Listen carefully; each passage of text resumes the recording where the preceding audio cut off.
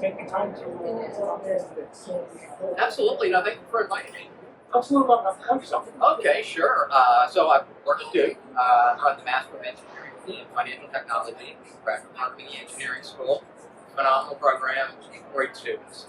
It's the most fun about being a teacher is your students. It's not where you work, it's not who you work with, although everybody says that. It's being your students.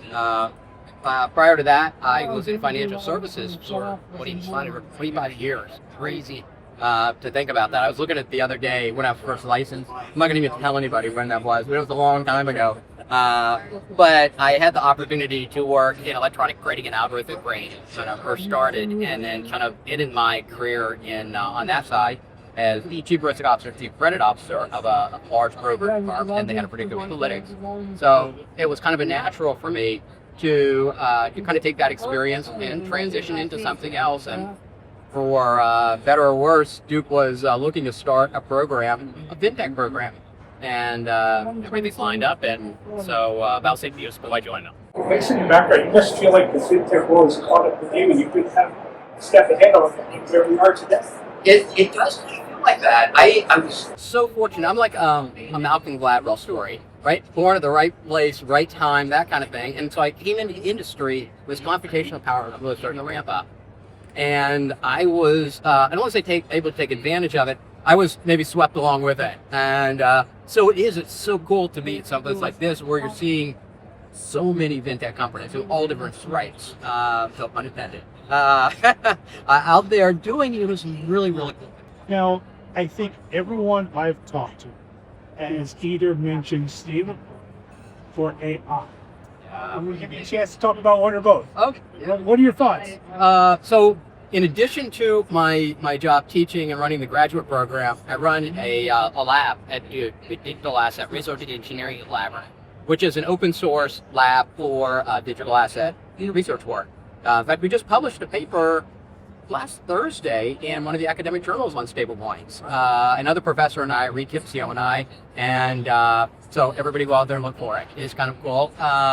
And then we also have a digital asset conference in every year in usually February. It's February 4th, we're 6th this year, Digital Assets at Duke. And we bring together a lot of different voices. And that's really, we like to take advantage of the academic environment. And so we have people from the regulatory side, if you would, industry side, you have legislators. It's just a great group of people that come together. There's about 250, 300 of us. And we have no sales booths, so very unlike this. But we're all there basically to discuss, things that are going on in the environment, what we see, challenges, those kinds of things. And so it's a lot of fun to see what's happening in the digital asset space. I've probably been teaching it or writing on it almost as long as I've been teaching AI, which is the better part of a decade. I was looking the other day, somebody asked when I first taught my first machine learning class, it was 2017. Yeah.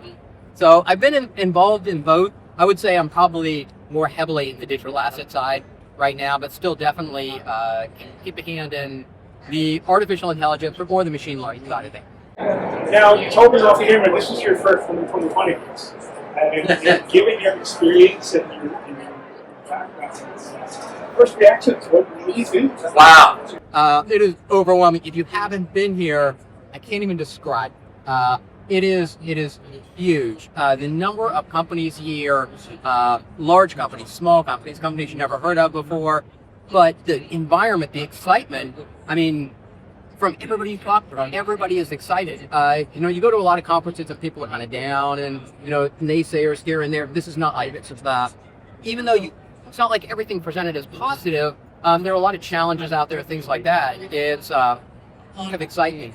And for someone coming from the outside and maybe the perspective of academia, living in Chapel Hill, North Carolina, smaller environment, the one thing that just rings so true is if you have any question about the viability of innovation in America or the innovation environment in America, come to something like this. You see innovation on steroids, you see risk-taking. There are so many small companies here, startups, early-stage companies, 2 years old, as well as the big stalwarts, JP Morgan's here, MasterCard, those kinds of places. But, the level of excitement by, people that are starting companies, is off the charts. I love talking with people. It's a lot of fun. Any particular technology conversation that you've had that was a spark with your experience? Yes. Well, so one of the things that you come to a conference like this, and you'll see people you didn't even know you were going to see, right? People see, I didn't know who was going to be here, so I didn't follow a bunch of friends or anything like that. But I've run into like 20 people probably that I know, and they're doing different things. And so one is that there's a company I'm an advisor with, and you might probably know that, right? They're a big here, but I didn't. Different story. But anyway, I ran into them and some really innovative things in the insurance space. In addition to that, there are a couple. There's a company here, Fastback, I believe. They have a tokenized deposit product, which is kind of cool because I think they're only the second one. I think JP Morgan has theirs, and this company has one. That was kind of very cool to see.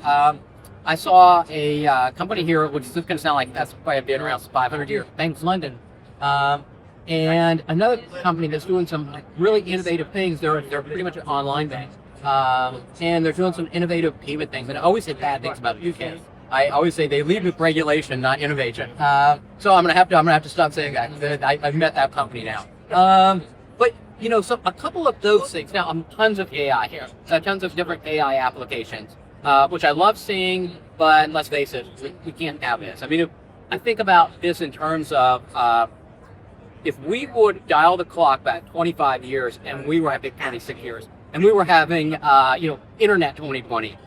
We would have had probably 50 browsers there, right? And we have basically 3, right? And really only 2, but we'll say.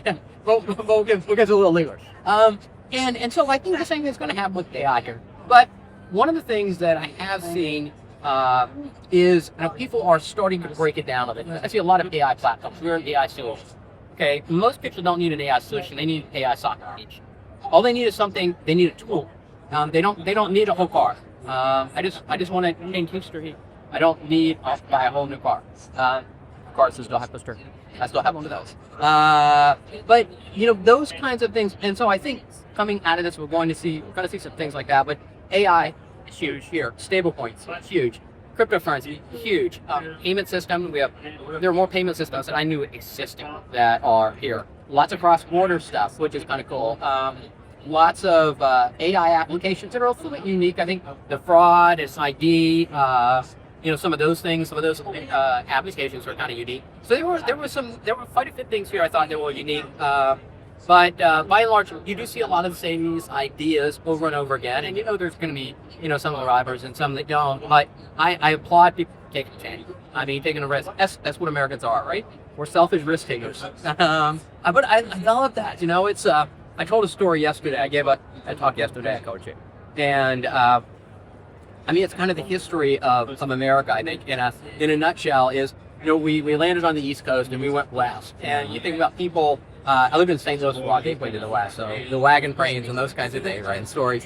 And you think about people that are going across this country, over 3,000 miles wide. This level, and through the country, and you're going west and you're going through South Dakota, you hit the Badlands. And you're in a freaking covered wagon, right? You've already been traveling for probably 3 months or something, and you hit that, and you decide, you know what? I'm good for another 1,000 miles of this, or I could have just turned around and gone to Kansas, right? Farm there. I'm going to go for another, and then you hit the Great Detox.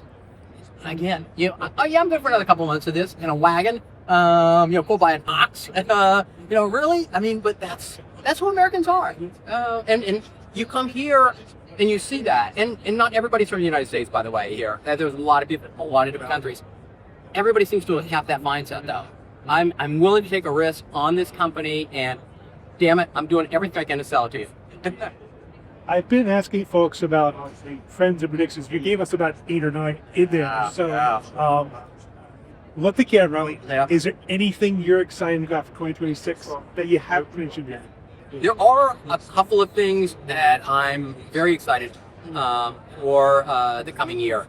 I think that we are going to see an adoption of digital assets in a much more profound way than we've seen so far.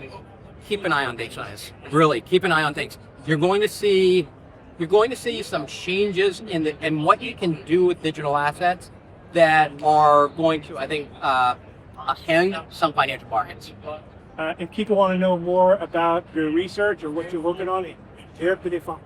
They can find it two different places. You can go to my website, jimmielenz.com, JIMMIELENZ.com, or you can see me on the Duke website. I'm very prolific. I'm on LinkedIn. I'm on Twitter. All those things. I'm the only Jimmie Lenz out there, so I'm easy to find. I don't think there are anybody else with big websites. So feel free to reach out. You're good. Absolutely. Thank you so much. Absolutely. Thank you.